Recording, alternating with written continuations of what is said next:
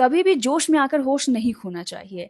अब इन महाशय को ही देख लीजिए, अच्छा खासा इनका करियर चल रहा था, लेकिन पहले ये प्रणीत मौर्य के शो में जाते हैं, 370 बिरयानी, पैंट में हाथ डाला, लड़की को ऐसा किया, वैसा किया, खूब कहानी सुनाते हैं, अपनी मर्दानगी दिखाते हैं और उसके बाद जब इनकी ट्रोलिंग होती है उस चीज़ को लेकर, तब भी ये माफ़ी नहीं माँगते हैं, तब भी उसे जस्टिफ़ाई करते हैं, उससे फ़ेम लेने की कोशिश करते हैं। और इस तरह के पोस्ट करते हैं कि हमारे तो पूर्वज ही लुगाइयों को पीटते आए हैं। इनकी दादी, इनकी माँ घरों में पीट रही थी, तब इनको वो चीज़ अच्छा लग रहा था और उसको प्रमोट करने के लिए सोशल मीडिया पर पोस्ट कर रहे हैं कि बाकी और भी जो मर्द हैं वो औरतों को पीटें। इन्हें होश ही नहीं था कि ये जो कर रहे हैं वो गलत है और अब ये रो रहे हैं कि भाई हमारा तो करियर ही बर्बाद हो गया, मेरी तो जॉब ही चली गई, मुझे तो महिला आयोग का नोटिस आ गया है, एफआईआर भी हो गई है। और अब भैया ने सच भी बोल दिया है। क्या बोला है आप खुद ही सुन लीजिए। नियर बाय रिलेटिव्स में चली गई ये वीडियो, आसपास के मतलब कि नेबर्स में चली गई। तो आसपास के नेबर्स ने मेरे को घर आके बता दिया कि आपका लड़का ऐसे ऐसे बोल रहा है इन वीडियो में, ये बहुत शर्म की बात है। तो फिर घर वालों को ही पता लग गया। अब फिर घर वालों ने मुझे घर बुला लिया, तो उन्होंने पूछा कि क्या हो रहा है, ये क्यों हो रहा है। तो मैंने भी थोड़ा बहुत कहा कि गलती हो गई मुझसे, तो उन्होंने थोड़ा बहुत डांटा, समझाया। यहाँ तक फिर भी ठीक था सर, घर वाले फिर भी इतनी टेंस नहीं थे। बट जब उनको पता लगा कि मेरे को जॉब से निकाल दिया गया है, तब वो बहुत ज़्यादा टेंस्ड हो गए। और सर अब तो मेरे ऊपर एक केस भी हो गया है, मेरे को नोटिस भी आ गया है। तो सर अब तो बहुत ज़्यादा वर्स कंडीशन है, मैं बहुत ज़्यादा टेंस्ड हूँ। अब घर वालों को देखता हूँ तो सर बहुत ज़्यादा रिग्रेट फील होता है कि मैं क्यों गया उस शो में।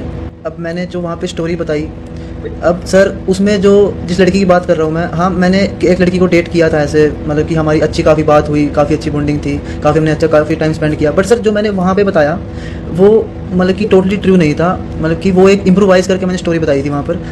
तो देखा आपने, भैया ये बता रहे हैं कि वो रियल स्टोरी थी ही नहीं, मैंने तो उसको बढ़ा चढ़ा कर बताया था और उसमें से कुछ चीज़ें मैंने खुद से जोड़ ली थी। मैं तो पहले ही कह रही थी कि 370 की बिरयानी खाने कोई लड़की नहीं जाएगी भाई, और अगर कोई गई होगी तो कौन सी वो लड़की होगी, मुझे तो वही नहीं समझ में आ रहा था। और अगर इस तरह की हरकत तुम करोगे और तुम्हें थप्पड़ ना मारे तो वो लड़की ही नहीं थी।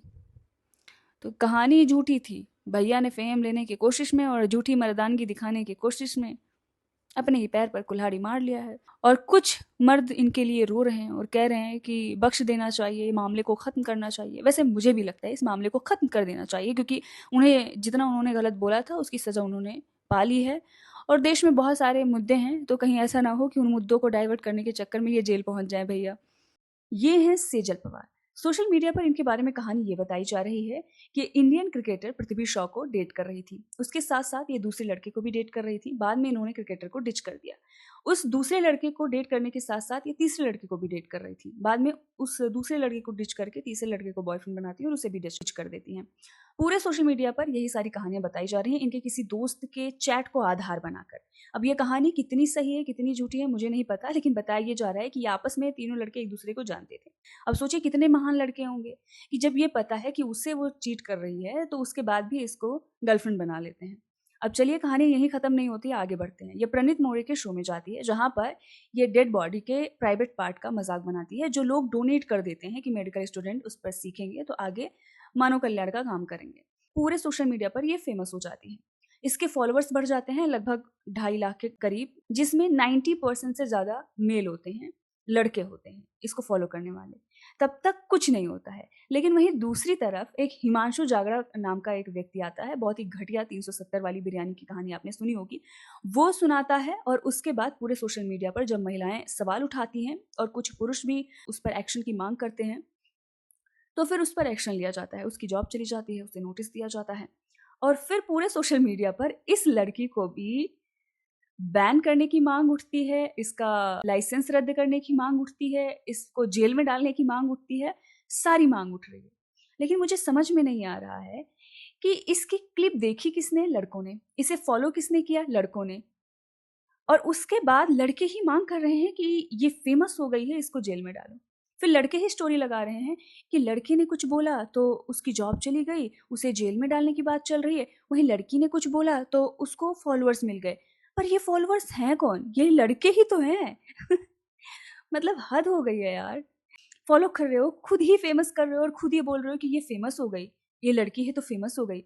तो फेमस कौन कर रहा है, तुम ही लोग तो कर रहे हो। अब बिरयानी वाले मामले पर नकुल धुल ने भी रिएक्ट किया है, काफी गाली गलौज की है उन्होंने, लेकिन क्या कुछ कहा है चलिए आपको सुनाते हैं, सुनिए। भाई जो रेट बंदा तो सही भूल बता जा था। रहा हूँ, जब मैं बताऊं, जो बंदा 370 रुपए की बिरयानी के बदले कर रहा है यार, उसके क्या ही पैकेज होगा, तुम उसकी नौकरी छुड़वा रहे हो। पार्क में जा रहा है वो। जो बंदा सोच रहा है 370 की बिरयानी बदले मिल जाए मेरे को, उसकी यार क्या ही फाइनेंशियल कंडीशन होगी, तुम उसकी नौकरी छुड़वा दी। वो बंदा टीसीएस पीसीएस में जॉब करके अपना टीसीएस पीसीएस में जहां पे भी था वो जॉब करके कमा रहा था, 2 टाइम की रोटी 370 रुपए की बिरयानी था, उसकी भी नौकरी छुड़वा दी। अब वो भाई खीरे खिला के मांगेगा और क्या करेगा। चल रही है बिरयानी खिलाऊंगा, बिरयानी नहीं, सुन रहा है, चल रही है बिरयानी खिलाऊंगा। अरे अब तो शिकंजी के बदले मांगने लग जाएगा यार, वो तुमने उसको ब्रोक बना दिया भाई। अब जहां एक तरफ पूरे सोशल मीडिया पर प्रणीत मोरे, हिमांशु जांगड़ा और सेजल पवार को ट्रोल किया जा रहा है, उन पर एक्शन की मांग की जा रही है, एफआईआर दर्ज करवाई जा रही है, वहीं दूसरी तरफ कुछ लोग उनका समर्थन भी कर रहे हैं। मुनव्वर फारूकी ने इन सबका समर्थन किया है और क्या कहा है, चलिए आपको सुनाते हैं, सुनिए। सो हाय दोस्तों, मुझे लगता है हम सबको अब थम जाना चाहिए। कमेडियन ने बहुत गलत बात बोली, क्राउड वर्क में भी गलत बात हुई, उस लड़की ने भी जो बोला मैं डिसएग्री करता हूँ, मैं उन्होंने जो कहा मुझे सुनना नहीं पसंद है वो जो कह रहे हैं, बहुत गलत बात है। लेकिन एंड लेवल होता है एफआईआर, ठीक है, एफआईआर हो गई, इनकी जॉब चली गई, इनका करियर खराब हो गया, समाज में इज्जत चली गई, सब हो गया, उनके साथ बहुत गलत हो गया उन्होंने जो कहा उसके लिए। लेकिन अब थम जाओ भाई, तुम कंटेंट के नाम पे जो निचोड़े जा रहे हो ना रीले बना के see this video, this guy audacity saying this, this girl is saying this. अगर किसी लड़के ने बोला होता किसी, अरे बस कर दो भाई, मतलब उन लोग बहुत परेशान कर दिया, उन्होंने जो चीज बात बोली है उसका उनको जख्म मिल चुका, अब थम जाओ भाई। किसी की लाश निकलेगी ना उसके बाद तुम रियलाइज करते बैठोगे कि अरे मेंटली डिप्रेस कैसे हो गया, ये ट्रोल रोल। भाई ठीक है, ट्रोल जो कर रहा है करने दो, बट तुम बस कर दो, अब हो गई, हर चीज की एक लिमिट होती है, उन पे एफआईआर हो गई, लीगली जो होना होगा होगा। हमारी पूरी संवेदना है परिवार के साथ, हमसे जो संभव हो सकेगा हम, अभी परिवार किसी बात करने की स्थिति में नहीं होगा, हम इस चीज को समझ सकते हैं कि किसी के साथ ऐसा ना हो, लेकिन हमसे जो प्रयास होगा, हमसे जो कहेंगे लोग, हम वो हर संभव मदद करने को तैयार हैं, चाहे जो कुछ वो कहेंगे। इसमें सबसे ज़रूरी बात क्या है कि जो मीडिया को काफ़ी संवेदनशील होने की ज़रूरत है, जो ऑथेंटिक न्यूज़ है वही चलाएं, अलग अलग इधर उधर अफवाहें या अटकलों पे ना जाएं, ये बहुत संवेदनशील मामला है। और पुलिस अपना एक ऑफिशियल बयान जारी करे जिससे कि स्पष्ट हो सके चीज़ें क्या हैं, और जल्दी से जल्दी इसका पोस्टमार्टम रिपोर्ट सार्वजनिक किया जाए।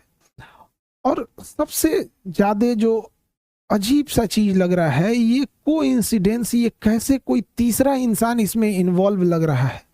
आखिर इतनी खतरनाक चीजें, इतनी अमानवीकृत कैसे कोई कर सकता है? तो इसमें कोई ना कोई तीसरा साजिश जरूर कर रहा है। इसके लिए एक उच्च स्तरीय जांच होनी चाहिए और उच्च स्तरीय जांच की रिपोर्ट को लाया जाए, और जो दोषी पाए जाएंगे उनमें एक को भी न छोड़ी जाए। फांसी से नीचे इनकी कोई सजा नहीं होनी चाहिए। आखिर ऐसा किसने, अगर किसी ने इसमें इन्वॉल्व है तो